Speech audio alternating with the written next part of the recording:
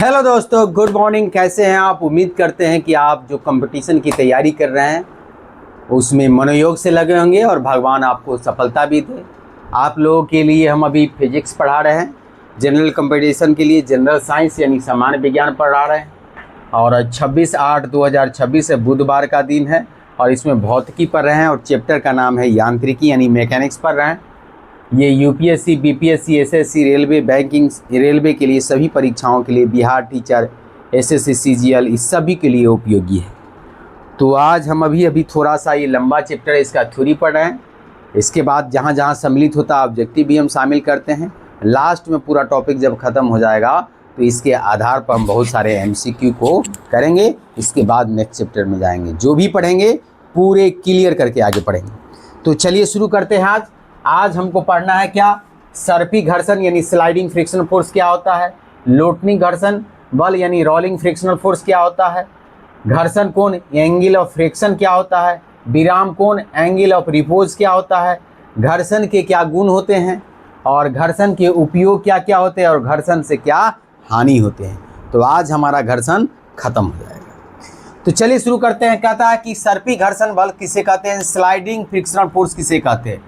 करा यदि कोई वस्तु किसी दूसरी वस्तु की सतह पर फिसल रही है, यानी एक वस्तु दूसरी सतह के वस्तु पर फिसल रही है, तो सतहों के बीच लगने वाले बल को हम लोग, घर्षण बल को हम लोग क्या कहते हैं, सर्पी घर्षण बल कहते हैं। यानी क्या कहने का मतलब हुआ, मान लो ये हमारा मार्कर है, ये हमारा मार्कर है और इसको हम इस सतह पर रखें और ये क्या हो रहा है, इस तरह से लुढ़क रहा है, तो इस तरह से स्लाइडिंग कर रहा है। तो स्लाइडिंग जो कर रहा है, इस पर जो घर्षण बल लग रहा है उसको हम लोग क्या कर रहे हैं, सर्पी घर्षण बल, स्लाइडिंग फ्रिक्शन फोर्स कहते हैं। अब लोटनी घर्षण बल यानी रोलिंग फ्रिक्शन फोर्स क्या कह रहा है, कह रहा है जब कोई वस्तु दूसरी वस्तु की सतह पर लुढ़कती है यानी रोलिंग करती है, लुढ़कने की बात कर रहा है, स्लाइडिंग नहीं, लुढ़कने की बात कर रहा है, तो दोनों सतहों के संपर्क सतह पर लगने वाले घर्षण बल को हम लोग क्या कहेंगे, लोटनिंग घर्षण बल कहेंगे।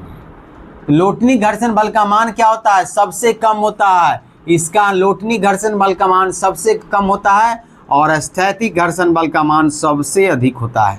यानी क्या कह रहा है, डायनेमिक फ्रिक्शनल फोर्स का मान सबसे अधिक होता है और लोटनी घर्षण बल यानी कि रोलिंग फ्रिक्शनल फोर्स का मान सबसे कम होता है। इस बात को आपको याद रख लेना है कि स्टैटिक फ्रिक्शन बल फोर्स का मान सबसे अधिक होता है और लोटनिक फ्रिक्शनल फोर्स का बल का मान, घर्षण बल का मान सबसे कम होता है। अब घर्षण बल किसे कहते हैं, तो क्या करा, सीमांत घर्षण और अविलंब प्रतिक्रिया के परिणामी बल द्वारा संपर्क तल पर अविलंब के साथ बनाए गए कोण को हम लोग घर्षण कोण कहा जाता है। क्या कह रहा है, जो सीमांत घर्षण बल होता है यानी कि क्या कहता है, लिमिटिंग फ्रिक्शन फोर्स होता है और अविलंब की प्रतिक्रिया के परिणाम, जो अविलंब होता है उसकी प्रतिक्रिया के परिणाम बल द्वारा, जो बल लग रहा है उसके द्वारा संपर्क तल पर अविलंब के साथ जो कोण बनाता है उस कोण को हम लोग घर्षण कोण कहा जाता है यानी एंगल ऑफ फ्रिक्शन कहा जाता है। विराम कोण किसे कहते हैं, तो कह रहा है एंगल ऑफ रिपोज, आनत तल, आनत तल का मतलब क्या हो गया, इंक्लाइन सतह, आनत तल का क्षैतिज दिशा के साथ वह अधिकतम झुकाव जिस पर वस्तु आनत तल पर ठीक संतुलन अवस्था में रहती है, तो उसको विराम कोण कहा जाता है। यानी तल का मतलब क्या होगा, इस तरह से स्लाइडिंग है, इस तरह से तिरछा है, इंक्लाइन है और इस पर इस तरह से क्षैतिज तल के साथ, ये क्षैतिज तल हुआ, इसके साथ इसे कोण बनाया कि इस पर कोई वस्तु रखे तो विरामा अवस्था में रहे, तो ऐसे कोण को हम लोग विराम कोण कहा जाता है। घर्षण के क्या क्या गुण होते हैं, तो घर्षण बल सतहों की प्रकृति पर निर्भर करता है कि जो सतह है वो कैसा है। अगर चिकनी सतह होने पर घर्षण बल क्या होता है, कम हो जाता है। सतह खुरदुरी होने पर घर्षण बल क्या होता है, ज़्यादा होता है। ठोस और ठोस वस्तु के मध्य घर्षण बल क्या होता है, सबसे अधिक होता है, जबकि द्रव और ठोस के मध्य उससे कम घर्षण बल होता है और वायु और ठोस के बीच घर्षण बल सबसे कम होता है। यानी कहने का मतलब क्या हो गया, ठोस के मध्य घर्षण बल ज़्यादा होता है, द्रव ठोस के मध्य क्या होता है, घर्षण बल उससे कम होता है और द्रव और वायु और ठोस के बीच घर्षण बल सबसे कम होता है। ये हमारा कहना है कि ठोस यानी सॉलिड सॉलिड के बीच जो होगा, सॉलिड सॉलिड के बीच जो घर्षण बल होगा, घर्षण बल सर्वाधिक होगा, उससे कम किस में होगा? तो उससे कम होगा द्रव और ठोस, यानी लिक्विड और क्या कह रहा है, लिक्विड और सॉलिड के बीच जो घर्षण बल होगा वो उससे कम होगा। इसके बाद सबसे कम क्या होगा? एयर और सॉलिड के बीच जो घर्षण बल होगा वो सबसे कम होता है। ये इसका डिसेंडिंग ऑर्डर दिया हुआ है। बात समझ में गया? अब लुब्रिकेंट क्या होता है, स्नेहक क्या होता है? तो स्नेहक का प्रयोग करके हम लोग क्या करते हैं, घर्षण बल को कम कर सकते हैं, क्योंकि द्रव और ठोस के मध्य क्या होता है, घर्षण सबसे कम अभी हम लोग पढ़े हैं, तो उसमें लुब्रिकेंट मिला देंगे तो और घर्षण बल कम हो जाता है। करा मशीनों में जो बॉल बेयरिंग लगाने में क्या होता है, सर्पी घर्षण का मान, बॉल बेयरिंग जब लगा देते हैं तो सर्पी घर्षण क्या हो जाता है, लोटनी घर्षण में बदल जाता है। सर्पी घर्षण किस में होता है, लोटनी घर्षण में परिवर्तित हो जाता है, जिससे घर्षण का मान क्या हो जाता है, कम हो जाता है। साइकिल है, मोटरसाइकिल है, या जो भी चार पहिया वाहन है, जो भी मशीन है, उसमें क्या होता है, बॉल बेयरिंग लगाता है। और बॉल बेयरिंग में क्या होता है, बॉल बेयरिंग क्या करता है, हमारा सर्पिंग घर्षण बल को लोटनी घर्षण बल में बदल देता है, जिससे घर्षण का मान सबसे कम होता है। और हम लोग क्या पढ़े, लोटनी घर्षण बल में क्या होता है, सबसे कम मान होता है। घर्षण का कहाँ कहाँ उपयोग होता है, कैसे उपयोगी है?